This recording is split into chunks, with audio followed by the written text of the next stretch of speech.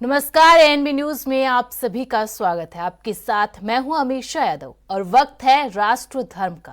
राष्ट्र धर्म में आज बात करेंगे राज्यसभा में संविधान पर 2 दिवसीय चर्चा का आज आगाज हुआ और शुरुआत वित्त मंत्री निर्मला सीतारमण ने की। वित्त मंत्री ने 1 घंटे 20 मिनट की स्पीच दी। वित्त मंत्री ने कहा कि कांग्रेस पार्टी परिवार और वंशवाद की मदद करने के लिए बेशर्मी से संविधान में संशोधन करती रही। ये संशोधन लोकतंत्र को मजबूत करने के लिए नहीं बल्कि सत्ता में बैठे लोगों की रक्षा के लिए थे। इस प्रक्रिया का इस्तेमाल परिवार को मजबूत करने के लिए किया गया। तो वहीं मल्लिकार्जुन खड़गे कांग्रेस के राष्ट्रीय अध्यक्ष और राज्यसभा में नेता विपक्ष ने बीजेपी पर पलटवार करते हुए कहा कि जो लोग राष्ट्रीय ध्वज का अपमान करते हैं, संविधान का अपमान करते हैं, वो हमें देशभक्ति सिखा रहे हैं। जिस दिन संविधान लागू हुआ उस दिन इन्होंने महात्मा गांधी, भीमराव अंबेडकर का पुतला जलाया। अब वो लोग हमें पाठ पढ़ा रहे हैं। मल्लिकार्जुन खड़गे ने कहा, जब संविधान लागू हुआ तब आरएसएस ने इसका विरोध किया क्योंकि यह मनुस्मृति पर आधारित नहीं था। ना इन्होंने संविधान को स्वीकार किया और ना ही राष्ट्रीय झंडे को माना। मजबूरी में आरएसएस के मुख्यालय पर तिरंगे को फहराना पड़ा। खड़गे ने कहा, जो लोग देश की आजादी के लिए नहीं लड़े, उन्होंने देश की आजादी और संविधान की अहमियत कैसे पता होगी। प्रधानमंत्री हमें सिखा रहे हैं और कह रहे हैं कि हम झूठे हैं, लेकिन प्रधानमंत्री खुद 1 नंबर के झूठे हैं। उन्होंने कहा था कि 15 लाख रुपए आएंगे, लेकिन आए नहीं। ये लोग देश को गुमराह कर रहे हैं। प्रधानमंत्री को देश को बताना चाहिए कि बीते 11 साल में बीजेपी ने संविधान को मजबूत करने के लिए क्या किया है। संविधान पर चर्चा अब वंशवाद पर आ गई। वहीं विपक्ष सरकार को घोषित आपातकाल को लेकर घेर रही है। बीजेपी कांग्रेस के बीच आरोप प्रत्यारोप का सिलसिला जारी है। इसी मुद्दे पर चर्चा करने के लिए हमारे साथ कुछ खास मेहमान भी जुड़ेंगे, उनसे चर्चा विस्तार से करेंगे। लेकिन उससे पहले देख लेते हैं आज की तमाम प्रतिक्रियाएं।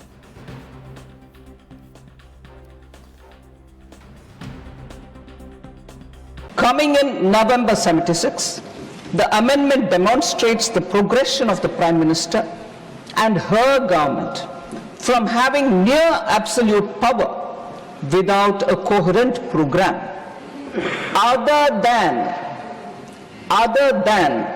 the protection of her prime ministry to power expressed through fundamental constitutional change. So, unquote. Exactly the point that I'm putting forth about emergency, the way in which 42nd Amendment passed through, how opposition leaders were all in the jail, not one person to oppose in the Rajya Sabha, in the Lok Sabha, just 5 of them speaking against it. इनकी मंशा कब बदलती, क्या होती मालूम नहीं है। इसीलिए क्योंकि जो लोग 70 साल पहले अपनी पार्टी जो स्थापना की थी और अपना इनका जो मेन सपोर्टर है आरएसएस, ये सब लोग इसके खिलाफ बोलते गए, लेकिन कम से कम उनको अब देश के यानी सुरक्षित रखने का, एक रखने का अब बुद्धि देश के लोगों ने दिया। इसलिए मैं आपके तरफ से, आपके ओर से उनको भी धन्यवाद देता हूं, आपके बदलते हुए नीति को, और जो सम्मान कॉन्स्टिट्यूशन को दे रहे हैं, सम्मान झंडे को दे रहे हैं, सम्मान देश के लोगों को दे रहे हैं, और कॉन्स्टिट्यूंट असेंबली में जो बनाए हैं ये सारी चीजें, उनका भी याद आपको अब आ रहा है। इससे पहले उनको याद ही नहीं था। ये एक ही देश ऐसा है जिस दिन हमारे को ये मिला, आजादी मिली, संविधान इंप्लीमेंटेशन हुआ, उस दिन से अडल्ट फ्रेंचाइज सबको मिला। गरीब, अमीर, कम से कम काम करने वाले लोग, मजदूर, किसान, सबको मिला। और ये किसकी देन है सर? ये नेहरू जी की नहीं है, ये अंबेडकर की नहीं है, ये कॉन्स्टिट्यूंट असेंबली का नहीं है। और वहां पर जो कॉन्स्टिट्यूंट असेंबली में इनके मेंबर थे वो सब चिल्लाते रहते थे। मैं पूरा वो डॉक्यूमेंट्री देखा हूं, आप भी देखिए। मुझे एक मैसेज आया कि हम विजय दिवस के विषय पे आप बात नहीं कर सकते, उस पर सरकार बात करेगी। तब तक सरकार को याद नहीं था शायद। फिर शायद उन्होंने निशिकांत दुबे जी को मौका दिया तो उन्होंने कुछ कहा। उसके बाद मैंने बोला 2 मिनट के लिए, और मैं सिर्फ 2 मुद्दे उठा रही थी। एक तो सबसे पहले तो मैं विजय दिवस की याद में जितने भी शहीद सैनिक थे, जितने भी लोग थे जिन्होंने लड़ाई लड़ी, उनको नमन करना चाहती थी, जनता को नमन करना चाहती थी। तो जो दृढ़ होकर सेना के साथ खड़ी रही, नेतृत्व के साथ खड़ी रही, और इंदिरा जी को भी याद करना चाहती थी, जिनकी वजह से जिनकी दृढ़ निर्णय लेने की क्षमता, उनके नेतृत्व में ये लड़ाई हम लड़े और जीते। तो इसके साथ साथ मैं 2 चीजें कहना चाहती थी। पहला ये कि आज बांग्लादेश में अत्याचार हो रहा है अल्पसंख्यकों के साथ। जो लड़ाई हमने लड़ी थी उस समय, वो किस चीज की लड़ाई थी? असूलों की लड़ाई थी। लोकतंत्र का असूल, जिसके ऊपर अत्याचार हो रहा है उसके साथ उसके खिलाफ लड़ने का असूल, मतलब अत्याचार के खिलाफ लड़ने का असूल, ये असूल थे। और यही असूल है जिसने भारत को महान बनाया है, और यही असूल है जिसके लिए हमारी आजादी की लड़ाई लड़ी गई। उसी के लिए हम लड़ रहे थे। उस समय देश अकेला था, किसी ने समर्थन नहीं किया। इंदिरा जी पूरे विश्व में घूमी कि कुछ करिए, रोकिए इस अत्याचार को। कोई खड़ा नहीं हुआ, हमारा देश खड़ा हुआ। इंदिरा जी खड़ी हुई, हमारी सेना खड़ी हुई, हमारी जनता खड़ी हुई। और मैं इस विषय में कहना चाह रही थी कि आज भी बांग्लादेश में आज अत्याचार हो रहा है हिंदुओं के खिलाफ, ईसाइयों के खिलाफ, अल्पसंख्यकों के खिलाफ। मैं सिर्फ ये कहना चाह रही थी कि हमारी सरकार आवाज उठाए, बांग्लादेश की सरकार से बात करे और उनको सुरक्षित रखने का काम करे। सबसे पहला मुद्दा ये था। दूसरा मुद्दा ये था कि आज सेना के हेडक्वार्टर से आज के दिन आप वो तस्वीर उठा रहे हैं जो वहां पे इतने समय से टंगी हुई है, जिसमें पाकिस्तान की सेना आत्मसमर्पण कर रही है भारतीय सेना के सामने। और वहां उस तस्वीर में field marshal Manekshaw, general Arora, brigadier K S. Chandrapur ji हैं। उनका अपमान आज, मतलब अब ये सब चीजें देखिए, बार बार हम कहते हैं ये देश का मुद्दा है, देश के गर्व की बात है। तो इसमें आप राजनीति क्यों कर रहे हैं? इतिहास। और हमारी मांग है कि वो तस्वीर वापस। करीब 6 दशक में 75 बार संविधान बदला गया। आदरणीय सभापति जी, जो बीज देश के पहले प्रधानमंत्री जी ने बोया था, उस बीज को खाद पानी देने का काम एक और प्रधानमंत्री ने किया। उनका नाम था श्रीमती इंदिरा गांधी।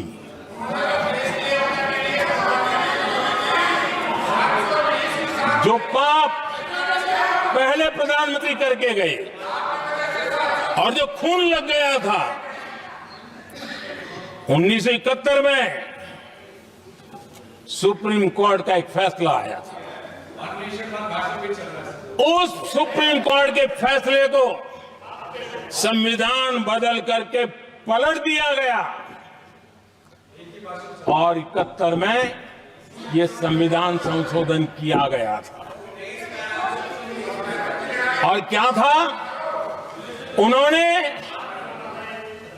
हमारे देश की अदालत के पंख काट दिए थे और यहां पर तो किया था कि संसद संविधान के किसी भी आर्टिकल में जो मर्जी पड़े वो कर सकती है और अदालत उसकी तरफ देख भी नहीं सकती है। अदालत के सारे अधिकारों को छीन लिया गया था। ये पाप 1971 में उस समय की प्रधानमंत्री श्रीमती इंदिरा गांधी ने किया था।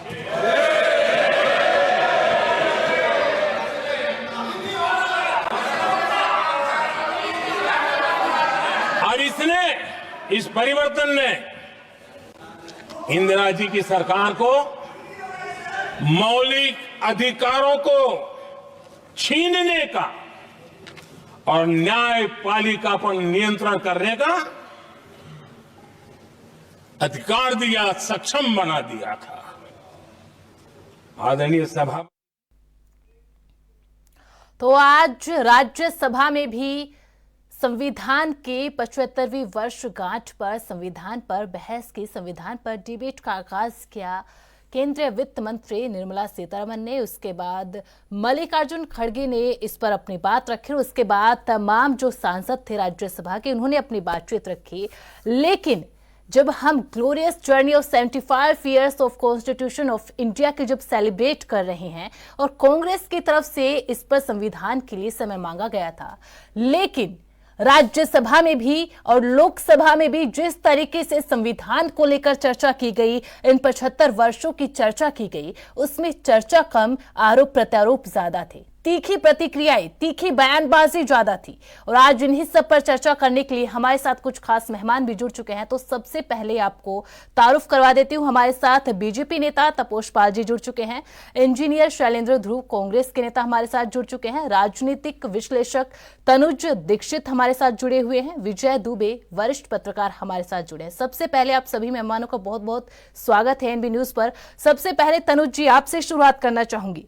जब प्रेमबल की बात करते हैं, प्रस्तावना की बात करते हैं, फिर उद्देशिका की बात करते हैं, तो उसमें जिन चीजों का जिक्र किया है कि सभी नागरिकों को इक्वल अपॉर्चुनिटी दी जाएगी, समान अवसर दिए जाएंगे, इसके अलावा अगर बात की जाए तो justice, social, economic, political, liberty of thoughts, expressions, belief, faith, worship, तमाम चीजों का जिक्र किया। लेकिन जब लोकसभा में और राज्यसभा में जब हम देखते हैं संविधान के 75वीं वर्षगांठ पर चर्चा को, ये सारी चीजें नदारद दिखाई देता है तो सिर्फ अतीत की वो चीजें कि कांग्रेस पार्टी ने संशोधन करके ये चीज गलत की, या बीजेपी ने 10 सालों में संविधान के संरक्षण के लिए क्या कुछ किया, सिर्फ आरोप प्रत्यारोप। देखिए अमीषा जी, आर्टिकल 14 से लेकर के आर्टिकल 18 तक भारत के कॉन्स्टिट्यूशन में, इंडियन कॉन्स्टिट्यूशन में मौलिक अधिकार, स्वतंत्रता और इन सब के ऊपर जो है पूर्ण रूप से संविधान में विस्तृत रूप से लिखा गया है। लेकिन ये बेहद दुखनीय है कि आज इस देश की राजनीति, चाहे कांग्रेस हो, चाहे बीजेपी हो, चाहे पक्ष की पार्टियां हो, चाहे विपक्ष के जितने भी दल हो, वो कहीं ना कहीं संविधान पर उंगलियां उठाते आ रहे हैं, संविधान को लेकर के चर्चाएं कर रहे हैं, संविधान पर आरोप प्रत्यारोप। और इस देश की इतनी बड़ी संसद, जो कि दुनिया की सबसे बड़ी संसद भी है और सबसे अत्यधिक सदस्यों वाली भारतीय संसद में, आज जो मुद्दे हैं वो मुद्दा दिशाहीन होकर के, दिशाविहीन होकर के, और कहीं ना कहीं सिर्फ हमारे संविधान पर एक उंगली उठाने का कार्य कर रही है। निश्चित रूप से ये बेहद निंदनीय है। कहीं ना कहीं आज भारत का नागरिक चाहता है कि संसद में उसकी आवाज उठे, जन के मुद्दे उठे, जो आवश्यक चीजें हैं उस पर कार्य हो, ना कि संविधान पर आरोप और प्रत्यारोप दल एक दूसरे पर लगाए। ये वाकई में देखना होगा कि आने वाले, क्योंकि अब महज 7 दिन की और सदन रह गया है। 25 तारीख आखिरी वर्किंग डे है लोकसभा के सत्र का, शीतकालीन सत्र का, और ये तीसरा सत्र है इस लोकसभा का। और हमने विगत तीनों सत्रों में जो देखा कि लोकसभा का कार्य, हम अभी तक जो महत्वपूर्ण मुद्दे हैं, महिलाओं का आरक्षण, वन नेशन वन इलेक्शन, और ऐसे तमाम ऐसे जरूरत के मुद्दे जो भारत के हर नागरिक की जिन मुद्दों पर नजर है, वो साथ ही साथ वक्फ बिल में संशोधन, वो सब मुद्दों को आने के लिए प्रतीक्षारत है। जी अमीषा जी, बिल्कुल। विजय जी, आपसे भी यही जानना चाहूंगी कि लोकसभा में जिस तरीके की हमने बहस देखी, मेड इन स्पीच के अंदर जिस तरीके से प्रियंका गांधी ने बातें रखी या फिर राहुल गांधी ने रखी और प्रधानमंत्री ने सभी चीजों का जवाब दिया, उसके बाद उम्मीदें ये थी कि राज्यसभा के अंदर कम से कम एक सार्थक बहस संविधान को लेकर देखने को मिलेगी कि आगे चलकर देश की दशा और दिशा क्या होगी, आगे चलकर किस तरीके से संविधान को अपने जहन में रखते हुए भारत की प्रगति के लिए, हिंदुस्तान की प्रगति के लिए काम करेंगे। क्या कुछ ऐसा आज राज्यसभा में देखने को मिला?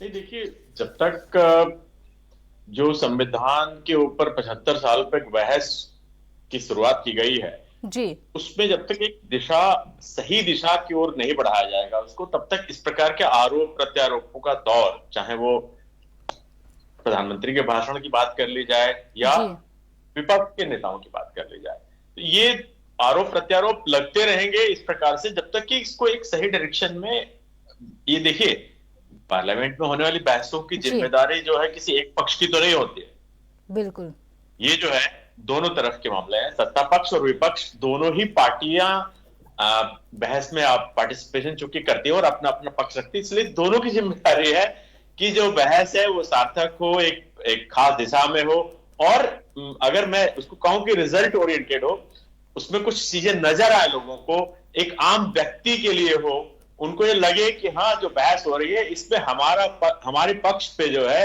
हमारे मुद्दों पे एक गंभीर बहस हो रही है और इससे हमारा सरोकार है जी।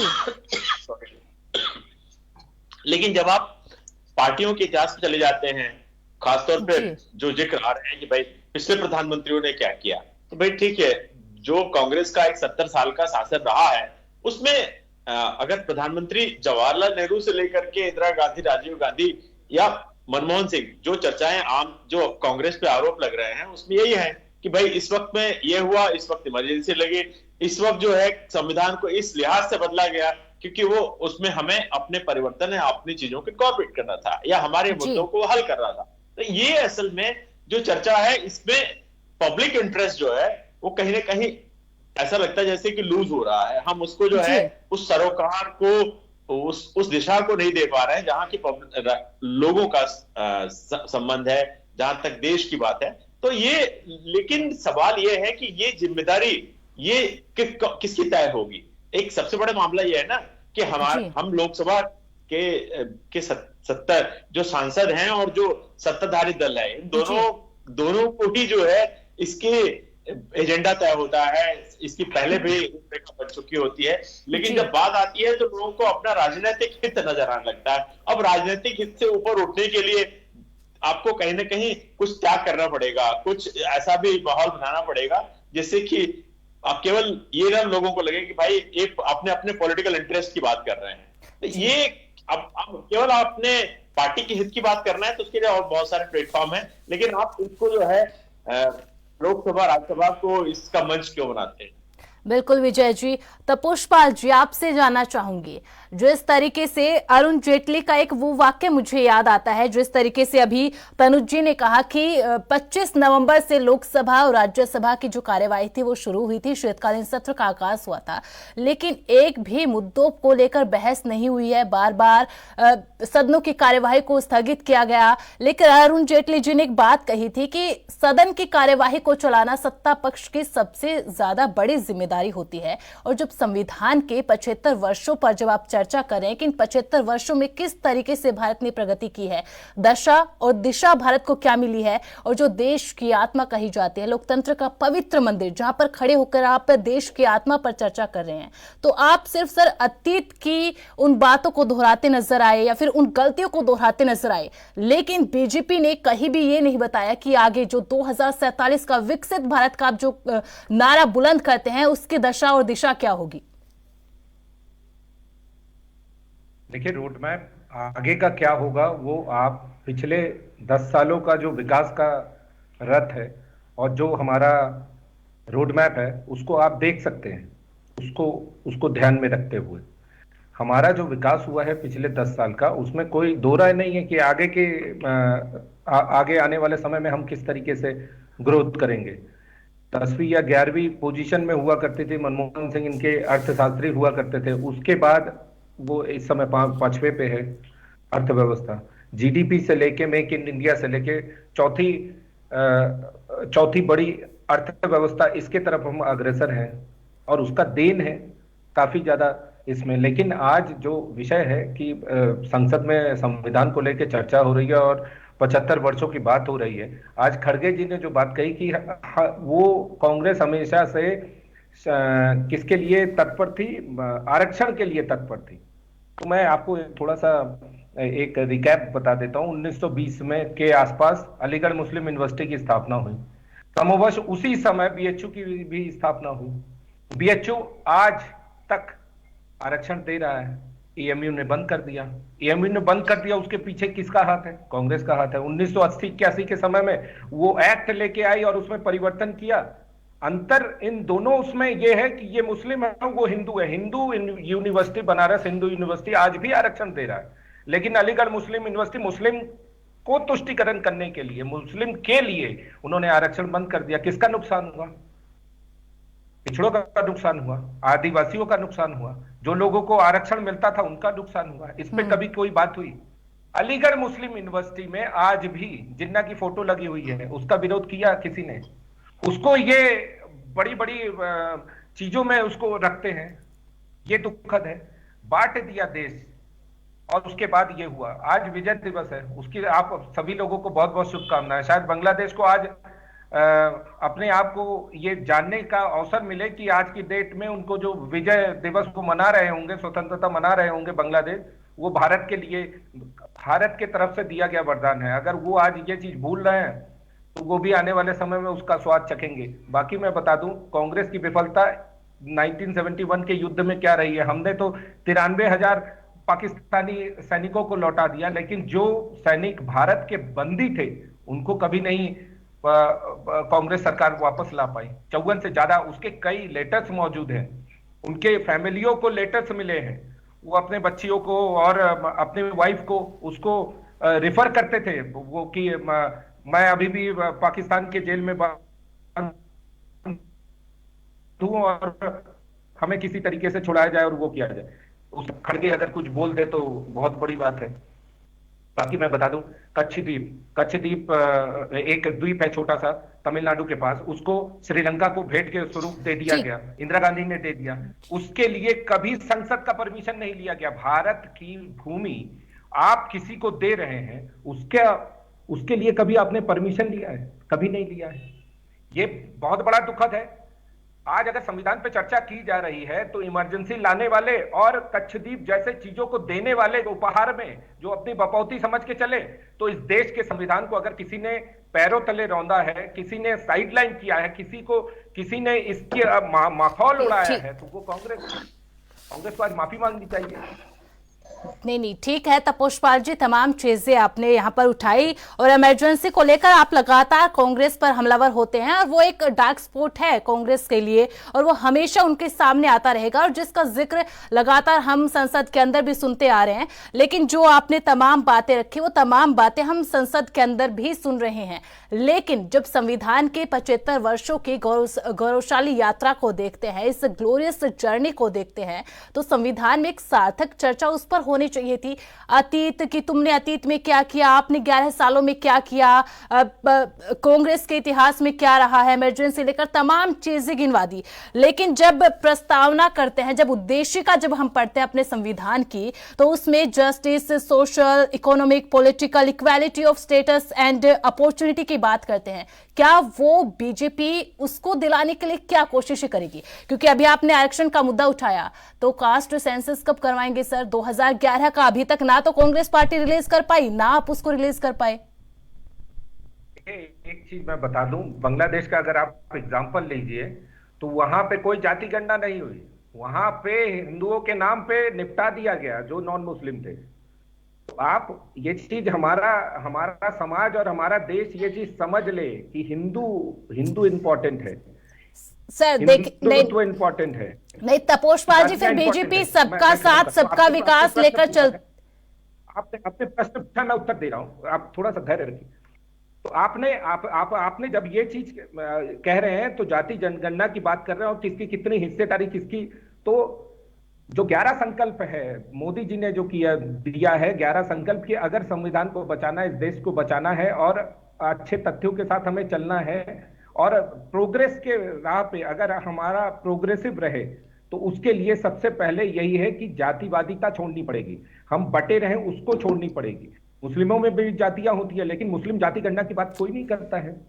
आज संभल में हालत देखिए किस तरीके से मंदिर प्राप्त हुए हैं। कुछ देर पहले यही समाजवादी पार्टी के लोग और कांग्रेस ठीक है तपोषपाल जी, उन पर ना जाइए। आप संविधान पर चर्चा कर रहे हैं, संविधान आरक्षण की जब आप बात कर रहे हैं तो ये तो क्लियर कर दीजिए, बीजेपी इसके पक्ष में या नहीं है? इसके पक्ष में, मैं सॉरी आपका सवाल, कास्ट सेंसस के पक्ष में है या नहीं है बीजेपी? सर बिल्कुल आरक्षण के पक्ष में तो है ही है। हमने तो ये बताया है कि आरक्षण मिलना चाहिए और बाबा साहब अंबेडकर जी का जो संविधान है उसमें यही कहा गया है कि आरक्षण जाति के आधार पे होना चाहिए, धर्म के आधार पे नहीं होना चाहिए। और धर्म के आधार पे आरक्षण की आज पहल कौन कर रहा है? ठीक है तपोष पाल जी। शैलेंद्र जी, देखिए जो ये संविधान पर चर्चा की मांग थी वो कांग्रेस पार्टी की ओर से ही की गई थी, और जिस तरीके से हमने लोकसभा के अंदर और आज राज्यसभा के अंदर पूरी चर्चा को सुना, चाहे वो मल्लिकार्जुन खड़गे ने बोला हो, राहुल गांधी की भी हमने यहाँ पर भाषण सुना, प्रियंका गांधी का भी हमने भाषण सुना, लेकिन जिस तरीके से चर्चा होनी चाहिए थी, क्या उस तरीके से चर्चा की गई है?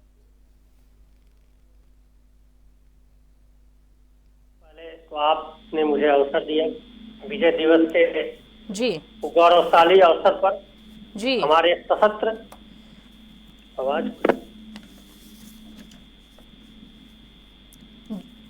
बलों के स्वर समर्पण और संकल्प को सहृदय सादर नमन और विनम्र श्रद्धांजलि। जी भारत की संप्रभुता की रक्षा करते हुए बांग्लादेश को अन्याय से मुक्त करवाने वाले 1971 के युद्ध के सभी वीरों को अदम्य साहस और सर्वोच्च बलिदान को देश आज सदा याद रखेगा। मैं बीजेपी के प्रवक्ता को याद दिलाना चाहता हूं जी, जो साथी हमारे संविधान की रक्षा की बात करते हैं, मैं उनसे पूछना चाहता हूं के 75वें संविधान की वर्षगांठ के हम अवसर पे इसी आरएसएस और संघ के लोग हमारे देश के तिरंगा झंडा को स्वीकार नहीं किया, उन्होंने हमेशा उसका विरोध किया है। आजादी के समय भी इन लोगों ने अंग्रेजों के का साथ दिया, और आज वो संविधान की रक्षा की बात करते हैं। मैं इनसे पूछना चाहता हूं, जब मंडल कमीशन की रिपोर्ट लागू होने जा रही थी, इन्हीं के भारतीय जनता पार्टी के लाल कृष्ण आडवाणी जी उसके खिलाफ भारतीय जनता पार्टी के लोग सड़कों पे निकल करके मंडल कमीशन के खिलाफ इन्होंने यात्रा निकाला था, कमंडल की यात्रा, जिसको पूरा देश आज भी याद करता है। सिर्फ इसलिए कि वो मंडल कमीशन की रिपोर्ट लागू न हो पाए और देश में जो पिछड़ों, दलितों, अल्पसंख्यक जो संविधान में नहीं थे, संविधान हमारा कहता है कि सबको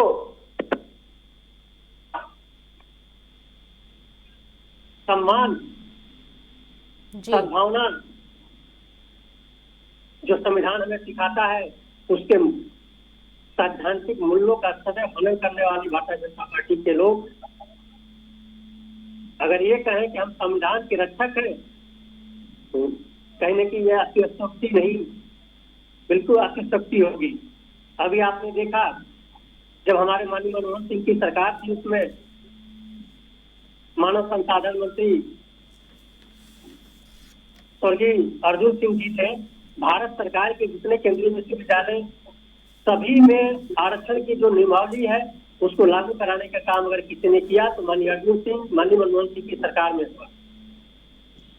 मैं इनसे पूछना चाहता हूँ, हमारे जननायक राहुल गांधी जी लगातार जाति जनगणना को लेकर के लोकसभा के पटल पे हो या सड़क से लेकर सदन तक अनवरत इस मुद्दे को लगातार वो संविधान सम्मेलन के माध्यम से पूरे देश में जन चौपाल के माध्यम से कार्यक्रम लगातार हमारी कांग्रेस पार्टी अनवरत, भारतीय जनता पार्टी लगातार सत्ता में बनी हुई है। मैं पूछना चाहता हूँ, 2021 में जाति जनगणना होनी चाहिए थी, जाति जनगणना हो रही है, इसका मतलब ये संविधान को मानने वाले लोग नहीं है।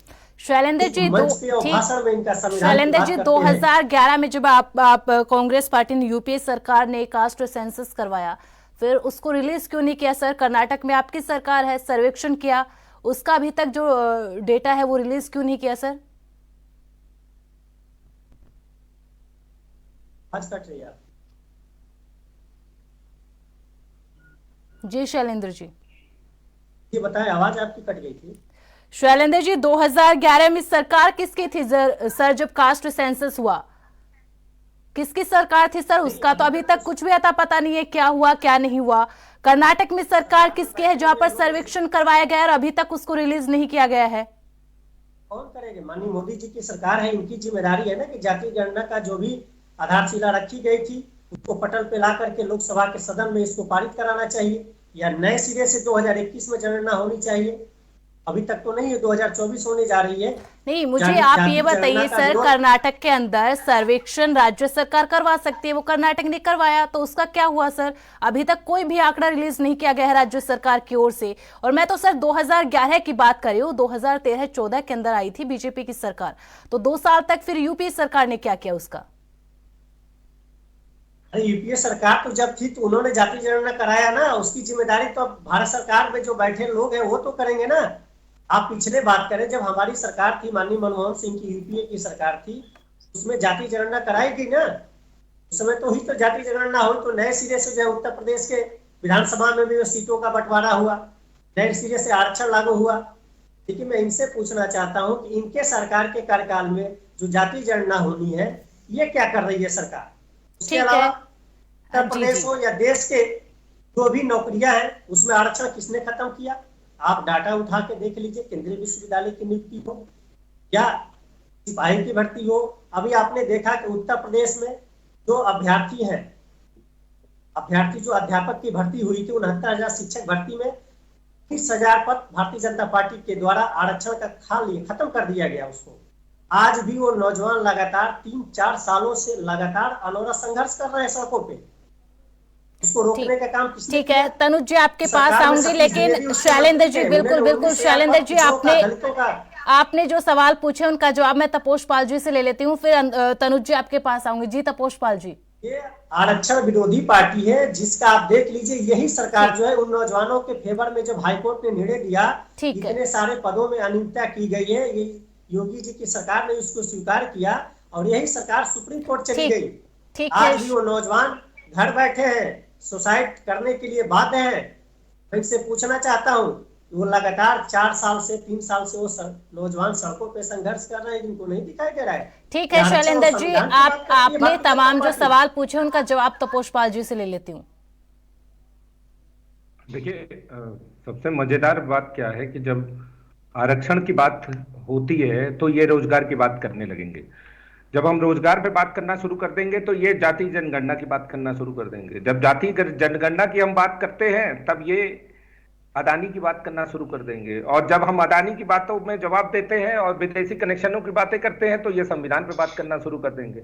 जब हम संविधानों की बात करते हैं और उनको रिप्लाई देते हैं तो ये ईवीएम की बात करना शुरू कर देंगे। जब हम ईवीएम की बात करना शुरू कर देंगे तब ये चिल्लाना शुरू कर देंगे कि हमने झूठ बोला, हमने झूठ बोला। सबसे बड़ा झूठ आप बता दीजिए, कांग्रेस ने सबसे बड़ा झूठ क्या बोला? सोनिया गांधी के डिग्री को लेकर बोला, और उसके बाद इन्होंने खुद से स्पष्टीकरण दिया कि नहीं, ये ऑक्सफोर्ड यूनिवर्सिटी से डिग्री नहीं की है, ये टाइपो मिस्टेक था। भाई तो गिनीज बुक ऑफ रिकॉर्ड में इसकी उल्लेख किया जाना चाहिए कि इतना बड़ा लंबा चौड़ा मिस्टेक, टाइपो मिस्टेक, वो किसका हो सकता है? भाई इससे बड़ी झूठ तो कुछ हो ही नहीं सकती। ये विडंबना ही कहेंगे। देखिए, कांग्रेस जिस तरीके से छल रही है, इनकी खटाखट टेक्नोलॉजी ने क्या किया, आज एक भी सीट, 2 बड़ी मुश्किल से वो मुस्लिम तुष्टिकरण से जीते हैं, अदरवाइज 9 में से 7 सीटें हम जीते, उसमें से एक मुस्लिम बहुल था। और करहल में भी जो कि इनका व्यक्तिगत और पर्सनल सीट कहते हैं, वो 66,000 से जीतते थे, 13,000 का गैप रह गया। आज अगर योगी जी का भाषण आप सुन लीजिए तो आपको सारे तथ्य मालूम चल जाएंगे कि किस तरीके के डिफरेंसेस ये लेके आए हैं। आज वहां पे कुआं मिल रहा है। जब अखिलेश यादव से ये पूछा गया कि वहां पे क्यों मंदिर जो है 46 साल पुराना मंदिर है, तो उन्होंने कह दिया घर घर में मंदिर है। अरे सर, घर घर में तो मंदिर है, हमें समझ में आ रहा है, लेकिन इस मंदिर को 46 साल से खुलवाया क्यों नहीं गया? तपोष नहीं, सारी चीजों को बिल्कुल तपोष पाल जी, देखिए आपसे संविधान पर चर्चा कर रहे हैं आप, फिर उत्तर प्रदेश की विधानसभा में आज क्या कुछ हुआ, योगी ने, मुख्यमंत्री योगी आदित्यनाथ क्या कुछ बोला, वो आप जिक्र कर रहे हैं। लेकिन संविधान के अंदर जब प्रधानमंत्री मोदी ने लोकसभा में ये कहा कि हमने इन 11 सालों में जो संविधान संशोधन किए हैं वो संविधान को मजबूत करने के लिए किए हैं, लेकिन कांग्रेस पार्टी के इतिहास में जो संविधान संशोधन किए गए हैं वो सब संविधान को कमजोर करने लिए किए गए हैं। तो सर यहां पर तो यही कहावत मेरे को याद आती है, अगर हम करें तो पुण्य पाप हो जाता है, अगर आप करें तो पुण्य हो जाता है। सर देखिए, ये चीज आपको आज समझने की आवश्यकता है कि हिंदुओं को कमजोर करने के लिए किया गया। एक उदाहरण मैं और दे देता हूं आपको, वो भी बहुत इंटरेस्टिंग है। आप बताइए, आदिवासी किसे कहा जाता है? आदि और वासी, मतलब जो आदिकाल से यहाँ इस क्षेत्र के वासी हैं उनको आदिवासी का दर्जा दिया जाता है। आप बताइए, कुकी समुदाय, और कुकी समुदाय कहां से पलायन किया था? म्यांमार से किया था। म्यांमार से आज की डेट में ये रोहिंग्या भी माइग्रेटेड होके आए हैं, जो जिसके लिए कि खून के आंसू रो रहे हैं फारूक अब्दुल्ला के लड़के उमर अब्दुल्ला, लेकिन उन्होंने कभी कश्मीरी हिंदुओं के लिए इस तरीके के आंसू नहीं रोए। माइग्रेटेड कम्युनिटी, देखिए ये मेरे पास एक लेटर रखा हुआ है, ये मैं आपको दिखा देता हूं, आप अगर हो सके तो देख लीजिएगा जूम करके। देखिए जून 8 1968 की बात है, और इसका हेडलाइन क्या था कि settlement of Kuki refugees in the Manipur area. और ये 1968 का 65 में जब चाइना के साथ हमारा वॉर हुआ, उसके बाद वहां पे बहुत ज्यादा राइवल्स हुए म्यांमार में, और उसके बाद ये कम्युनिटी वहां से मूव की। और ये लेटर मौजूद है, और उसमें ये कहा गया है कि please refer to my letter so and so 6 April 1968 copy enclosed for ready तपोष, ठीक है जी तपोष जी माफ कीजिएगा, लेकिन एक वक्त है छोटे से ब्रेक का, जल्द हाजिर होंगे।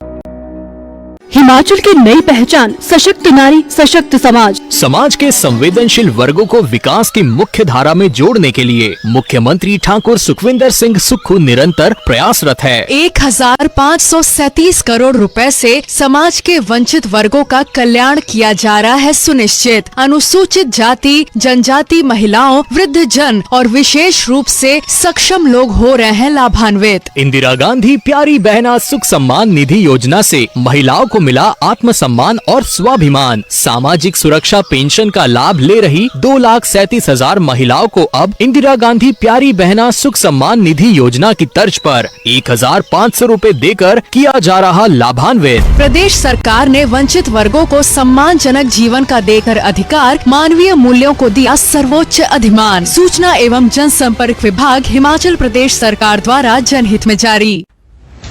नहीं दबेगी कोई आवाज, हटेगे पर्दे, सामने आएगा हर राज। जो छिपाते हैं हकीकत, उनकी सच्चाई सामने लाते हैं हम। इसीलिए एएनबी न्यूज पर भारत को है नाज।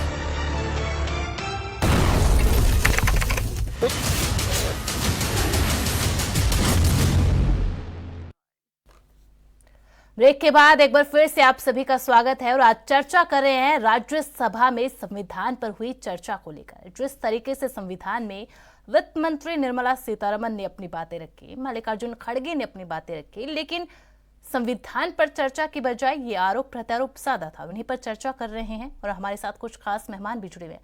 तनुज जी, आपने बिल्कुल सही कहा था कि संविधान के अंदर जो है, संसद के अंदर मुद्दों पर चर्चा होनी चाहिए। 25 नवंबर से सदन चल रहा है, संसद चल रही है, लेकिन किसी दिन भी कोई सार्थक बहस नहीं हुई। लेकिन संविधान पर बहस हुई, और तमाम पार्टियों ने व्हिप भी जारी किया अपने सांसदों के लिए कि आपको इन दिनों में तो सदन के अंदर मौजूद रहना ही रहना है। लेकिन जिन मुद्दों का आपने जिक्र किया सर, आज वो सारे मुद्दे थे, क्योंकि आज संविधान पर तो नाम मात्र की चर्चा हुई, लेकिन मुद्दे सारे जिक्र किया गया। मणिपुर का मुद्दा हो या फिर बांग्लादेश का मुद्दा हो, जिन पर इतने दिनों तक बहस नहीं हुई, आज सारे मुद्दे रख दिए गए यहां पर। अमिशा जी, अगर हम देखें तो संविधान, देखिए इस भारत का जो संविधान है ये कानून बनाने के लिए इस्तेमाल किया जाता है, और हमारे देश के जितने भी लॉ हैं वो संविधान, इंडियन कॉन्स्टिट्यूशन से ही बनते हैं। ऐसे में आज जब 75वीं वर्षगांठ, क्योंकि भारत सरकार बना रही है संविधान की, तो ऐसे में संविधान के कोसना मीन मेक निकालने से बेहतर ये है कि संविधान ने कितना कुछ दिया इस भारत को। और आज भारत का जो अस्तित्व है विश्व पटल पे, वो क्योंकि विश्व का सबसे बड़ा संविधान तो है ही, लेकिन साथ ही साथ सबसे सशक्त संविधान जो है वो भारत का है। लगभग 60 देशों से अलग अलग चीजें इसमें ली गई हैं और इसी को एक कहते हैं 389 लोगों की कमेटी थी जिन्होंने संविधान का निर्माण किया, और वो कमेटी पार्टीशन के बाद में 299 लोगों की रह गई थी, जिसमें से 73 लोग प्रिंसली स्टेट के थे। ऐसे में संविधान की जो है काफी ऐतिहासिक रूप से गढ़ी गई है और कहीं ना कहीं ये इतिहास भारत गौरवशाली इतिहास गौरवशाली संविधान के साथ में है।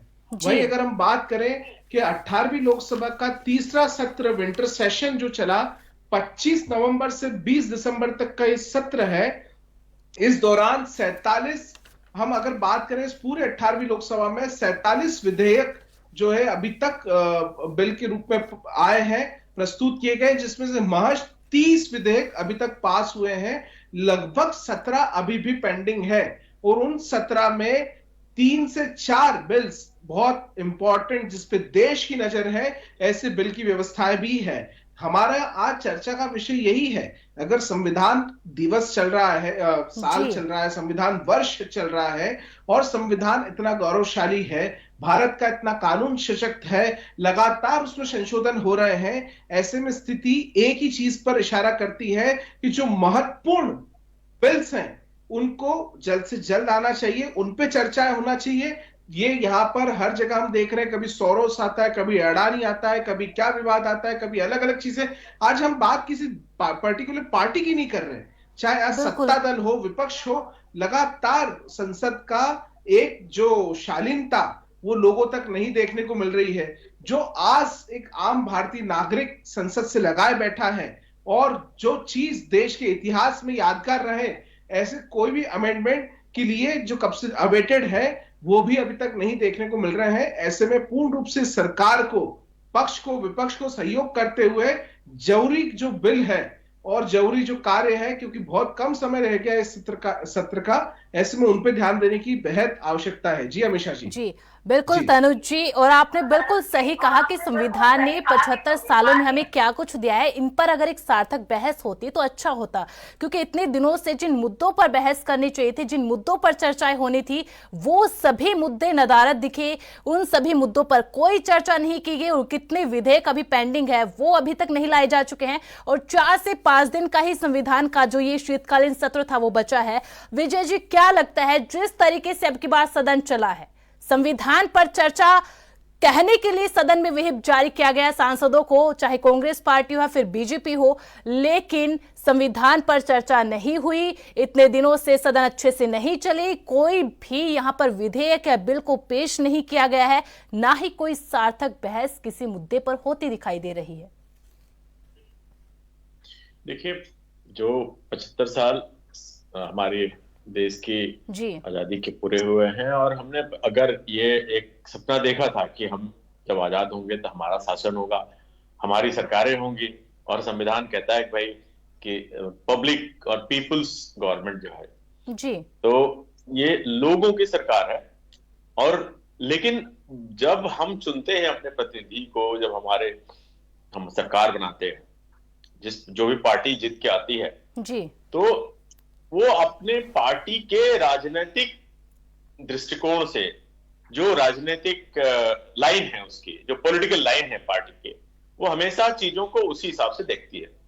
ऐसा तो नहीं होता है कि कोई कॉमन चीज हो या संविधान की बात की जाए तो संविधान के हिसाब से सब लोग जो है केवल एक गवर्नेंस का मॉडल डेवलप कर ले और उसी पे काम करें, ऐसा तो नहीं होता ना। कारण सबके अपने परसेप्शन है, अपनी राजनीतिक सोच है, उस राजनीतिक सोच के तहत, और ये केवल यही आप लोकसभा की बहसों में नहीं दिख रहा आपको। आप अगर कुछ सरकारों के पिछले किए गए कामकाज को भी उठा के देखें तो उसमें भी नॉर्मल कल्चर के हिसाब से चीजें समझ में आती है कि भाई जो भी जब सरकार जिस पार्टी की आई तो उसने जो परियोजनाएं चलाई उसमें भी उन्होंने पार्टियों के नेताओं के नाम पर चीजों को डेवलप किया। भाई देश में जो नामकरण किया वो भी उस प्रकार से किया, मेरे कहने का सेंस ये है। तो मेरा मानना यह है कि भाई जब हम संविधान की चर्चा कर रहे हैं और संविधान के हिसाब से हम चीजों को चलाना चाहते हैं, तो ये जो राजनीतिक दलों की अपनी जो राजनीतिक लाइन है, क्या इसमें कोई बदलाव आने वाले भविष्य में दिखेगा कि केवल हम नेशन की बात करें, केवल देश की बात करें और देश के अलावा जो है लोगों का जो मुद्दे हैं उनके ऊपर चर्चाएं हों? तो केवल वो एक फ्रेमवर्क जो है, ठीक है, हम अभी 25 साल के बाद भी हमारे 100 साल हो जाएंगे और हम एक सेंचुरी पूरी कर रहे होंगे, तो क्या सेंचुरी पूरी करने के बाद भी जो आने वाली पीढ़ी हमारी होगी वो इसी प्रकार के आरोप प्रत्यारोपों के दौर से गुजरेगी क्या? जी बिल्कुल। ये एक सोच की विकलांगता है और इससे उबरना चाहिए। उससे उबरना इसलिए चाहिए क्योंकि आपको देश को आगे ले जाना है तो आपको नजरिया भी बदलना पड़ेगा, राजनीतिक सोच समझ को भी बदलाव के तौर पे कर लाना होगा और वो एक्टिवेट होनी चाहिए, वो क्रियान्वित भी होनी चाहिए। केवल ये नहीं कि हम जो है अपनी बात को रखें और उससे फिर बाद में मतलब हम जब काम करने निकले तो वो चीजें बदली हुई है। इसमें देखिए कोई दो राय नहीं है कि प्रधानमंत्री मोदी का जो तीसरा कार्यकाल है इसमें अंतरराष्ट्रीय स्तर पे हमारे देश की छवि जो है वो बदली है और भारत को जो हमको अन्य देशों से या अंतरराष्ट्रीय राजनीतिक फलक पे जो एक सम्मान मिलना चाहिए था वो निश्चित तौर पे बदला है। इस बीच में हम ये नहीं कह सकते कि 75 साल में बिल्कुल विजय जी, माफ कीजिएगा, आपके पास फिर से आऊंगी लेकिन इस छोटे से ब्रेक के बाद।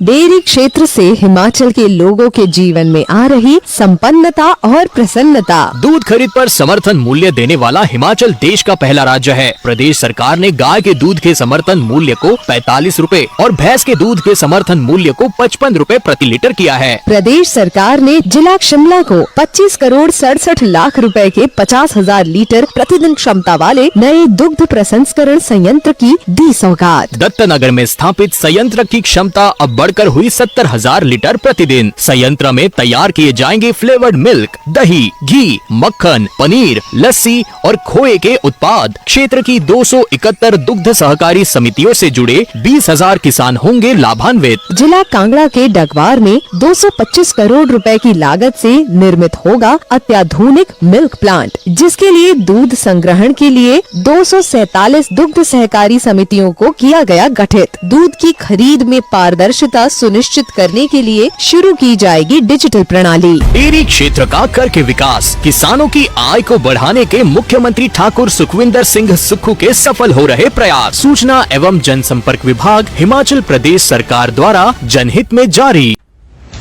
नहीं दबेगी कोई आवाज, हटेगे पर्दे, सामने आएगा हर राज।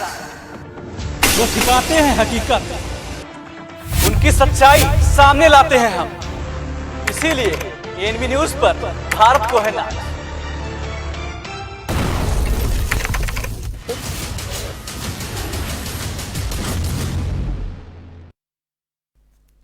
ब्रेक के बाद एक बार फिर से आप सभी का स्वागत है। चर्चा है राज्यसभा में हुई आज संविधान पर बहस को लेकर और खास मेहमान भी लगातार हमारे साथ जुड़े हुए हैं। विजय जी, देखिए, जब मैं इस पूरे डिबेट के लिए तैयार कर रही थी, पढ़ रही थी, तो लगातार जो कॉन्स्टिट्यूएंट असेंबली के अंदर जो डिबेट्स हुई थी वो मुझे पढ़ने को मिली, उनको मैंने पढ़ा तो एक सार्थक बहस उसके अंदर दिखाई देती थी। और जो पहले की जब हम सदनों को देखते हैं जिस तरीके से चलती थी, एक बार तो अटल बिहारी वाजपेयी ने जो इस तरीके से जवाहरलाल नेहरू को एक तीखी प्रतिक्रिया उनको घेरा था सदन के अंदर, उसके बाद जब दोनों आपस में मिले रात के डिनर के टाइम पे, तो जवाहरलाल नेहरू ने किया कि क्या शानदार आपने सदन में बोला है, तारीफ की थी। लेकिन जब आज के सदन को चलते हुए देखते हैं तो राहुल गांधी नेता प्रतिपक्ष के तौर पर शीतकालीन सत्र के पहले दिन ही नदारद रहते हैं सदन से।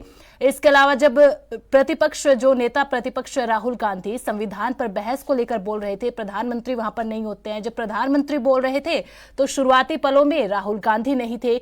मेड इन स्पीच जिस तरीके से प्रियंका गांधी ने दी अब की बार, उसमें लगा कुछ नयापन होगा, लेकिन उस तरीके से नहीं था। ना ही सदन को बेहतरीन तरीके से चलने दिया जा रहा है। कुछ बिल्कुल बदला हुआ ये स्वरूप दिखाई देता है जिसमें कोई सुनने की मुद्रा में नहीं है, कोई सुनना नहीं चाहता है, सिर्फ सुनाने के लिए यहां पर आतुर रहता है। देखिए, संसद में जब बहस आरोप प्रत्यारोपों पर आएगी और संविधान के नाम पर चर्चा हो रही है, लेकिन जो सारे जो अगर आप किसी का भी भाषण उठा के देख ले तो उसमें हम किसी तरीके से भी अपोजिट पार्टी को टारगेट करना चाहते हैं। वो टारगेटिंग जब तक होती रहेगी तब तक आप इसमें जो आपने संविधान की बैठकों की और चर्चाओं की जो आपने जो जिक्र किया, वो सब चीजें जो पहले के दौर में थी। देखिए पहले के दौर में आज की स्थितियां नहीं थी, आज जो परिस्थितियां हैं वो बदली हुई हैं।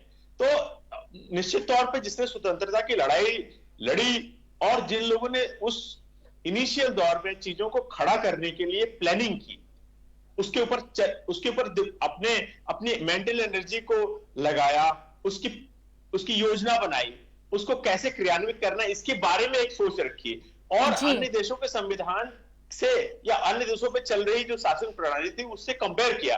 तो ये सब चीजें उस दौर की थी। जब आप इतिहास को पढ़ेंगे तो इतिहास में ये सब पॉजिटिविटी आपको निश्चित तौर पर नजर आएगी।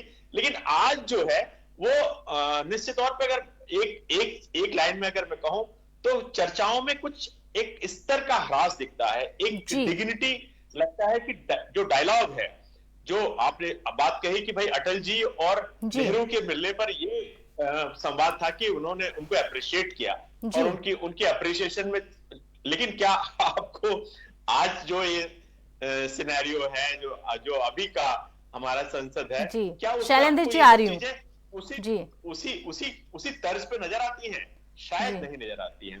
तो ये एक जो इंडिविजुअल डायलॉग्स हैं, जो आपसी संबंधों की बात है, उसमें एक जो मधुरता होनी चाहिए, उसको राजनीति तो छोड़ दीजिए अपने जगह पे, वो डायलॉग तभी आ पाएंगे जबकि एक स्वस्थ तरीके से चीजों पे हम दिमाग रखेंगे अपनी बात। बिल्कुल विजय जी, डायलॉग डिलीवरी तभी होगी जब सदन के अंदर बैठकर चर्चाएं की जाएंगी। जब सदन ही नहीं चलेगा, सांसद ही नहीं बैठेंगे, तो वो डायलॉग डिलीवरी होगी कहां से? जी शैलेंद्र जी। भारत का संविधान सद्भावना सिखाता है। हर वक्त भारतीय जनता पार्टी द्वारा हिंदू मुस्लिम करके नफरत का जहर घोलकर देश को मनुस्मृति वालों ने हमेशा बांटने का प्रयास किया जा रहा है। कांग्रेस और इंडिया गठबंधन हमेशा संविधान के रक्षक के रूप में सदैव खड़ा मिलेगा, लोकसभा के पटल पे हो या राज्यसभा के पटल पे हो।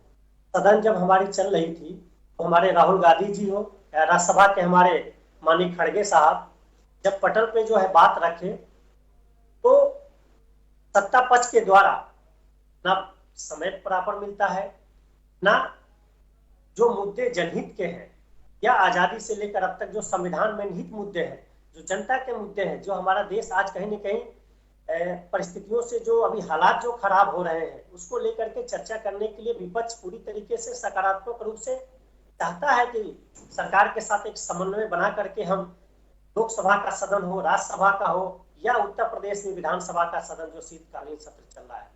लेकिन भारतीय जनता पार्टी द्वारा हमेशा जो है कैसे और आरएसएस द्वारा मनुस्मृति के समर्थन के रूप में खड़े होकर के संविधान को जलाने वाले लोग पार्टी के। शैलेंद्र जी, आज मल्लिकार्जुन खड़गे का राज्यसभा के अंदर संविधान पर चर्चा को आपने सुना है? मल्लिकार्जुन खड़गे ने क्या कुछ कहा आज? बिल्कुल, उन्होंने कहा है कि आजादी नहीं सर, उन्होंने एक इम्पोर्टेंट बात कही कि सदन को चलाने के लिए एक सार्थक चर्चा के लिए सत्ता पक्ष और विपक्ष दोनों को सहयोग करना पड़ेगा।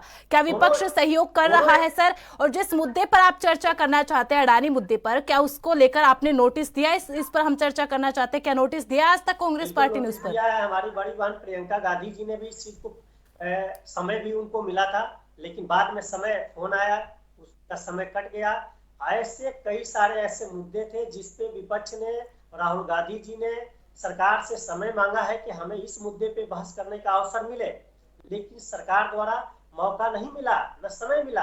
आप देख सकती हैं लगातार जो है अनवरत कई बार जो है सदन स्थगित हुई है। विपक्ष चाहता है कि मुद्दे पे सकारात्मक चर्चा हो। तमाम ऐसे इश्यूज हैं जो देश आज सफर कर रहा है भारतीय जनता पार्टी के, ऐसे कुशासन से त्रस्त ठीक है जनता शैलेंद्र जी, जो आपने पूछा, ठीक है तपोष पाल जी, देखिए विपक्ष तो चाहता है सदन के अंदर एक सार्थक चर्चा हो, बहस हो, चाहे वो अडानी मुद्दा हो, मणिपुर का मुद्दा हो। आज तो मल्लिकार्जुन खड़गे ने खुद जिक्र किया कि प्रधानमंत्री मणिपुर में क्यों नहीं जाते हैं, 1.5 साल से मणिपुर जो है सुलग रहा है। भाई सत्ता पक्ष क्यों नहीं चर्चा होने देना चाहता सदन के अंदर, सदन को अच्छे से क्यों नहीं चला रहा? उस पर एक सार्थक चर्चा हो, हमेशा संविधान। ठीक है शैलेंद्र जी, तपोष पाल जी का जवाब सुन लीजिए। ठीक है, मानने वाली पार्टी है भारतीय जनता पार्टी, नहीं चाहती है कि संविधान हमारा ठीक है शैलेंद्र जी, तपोष पाल जी से जवाब ले लीजिए। तपोष पाल जी, देखिए अभी विजय दुबे जी और शैलेंद्र ध्रुव जी ने एक व्यक्ति का नाम दिया, वो है प्रियंका गांधी। पहली बार बोली इस बार संसद में वो, और पहली बार इस बार किसने, एक और व्यक्ति ने बोला, वो है हमारे संबित पात्रा जी। दोनों में आपने डिफरेंसेस देखा, पहले बार के सांसद वो भी, पहले बार के सांसद वो भी, डिफरेंसेस देख लीजिए, जमीन आसमान का अंतर आपको दिखेगा। इसको ये डिफरेंस जो है यही बताता है कि nepotism versus talent and hard work. एक व्यक्ति जो कि हार्ड वर्क, जो टैलेंटेड था, उसने बहुत मेहनत की और तब उस ऊंचाई पे पहुंचे, और उसके बाद उन्होंने दिखाया कि उनके अंदर कितनी क्षमता है और क्या है। और प्रियंका गांधी वहीं पे नेपोटिज्म के आधार पे बोल रही थी, उनको जबरदस्ती वहां पे वायनाड से भी लड़ाया गया और जबरदस्ती वो वहां पे बोल रही थी। सब जगह भत्सना हुई है। लग रहा था कि कई टीवी चैनलों का मैं विश्लेषण देख रहा था, वहां पे तो ये कह दिया गया कि राहुल गांधी ज्यादा अच्छा बोल गए, ज्यादा अच्छा लीडर है प्रियंका गांधी के कंपैरिजन में। तो ये स्थिति है। बाकी मैं आपको बता दूं कि चर्चा किस पे हम करना चाहते थे, वन नेशन वन इलेक्शन विधेयक, इस पे हम चर्चा करना चाहते थे। वक्फ बोर्ड के नियम, वक्फ बोर्ड किसने बनाया था?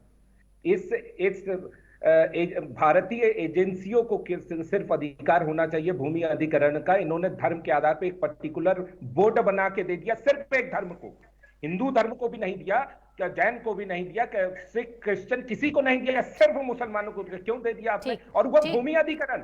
ठीक है, माफ कीजिएगा तपोष पाल जी, समय का थोड़ा सा अभाव है। आपने जो सवाल यहाँ पर उठाए हैं शैलेंद्र जी उनका जवाब देना चाहते हैं। जी शैलेंद्र जी, मैं इनसे पूछना चाहता हूँ कि लोकसभा के पटल पे माननीय प्रियंका जी ने जिस सवालों को, मुद्दे को उठाया, वो देश के जनहित के बहुत महत्वपूर्ण मुद्दे थे। भारतीय जनता पार्टी के प्रवक्ता जी को मैं याद दिलाना चाहूंगा। ठीक है शैलेंद्र जी, ठीक है, समय कंप्लीट हो चुका है। आप चारों मेहमानों का बहुत बहुत शुक्रिया मेरे साथ जुड़ने के लिए और इस पर चर्चा करने के लिए। राष्ट्रधर्म में आज देखा किस तरीके से राज्यसभा के अंदर संविधान पर चर्चा की गई। मेरे साथ आज राष्ट्रधर्म में फिलहाल इतना ही। कल होगी किसी और मुद्दे पर मुलाकात। मुझे दीजिए इजाजत, नमस्कार।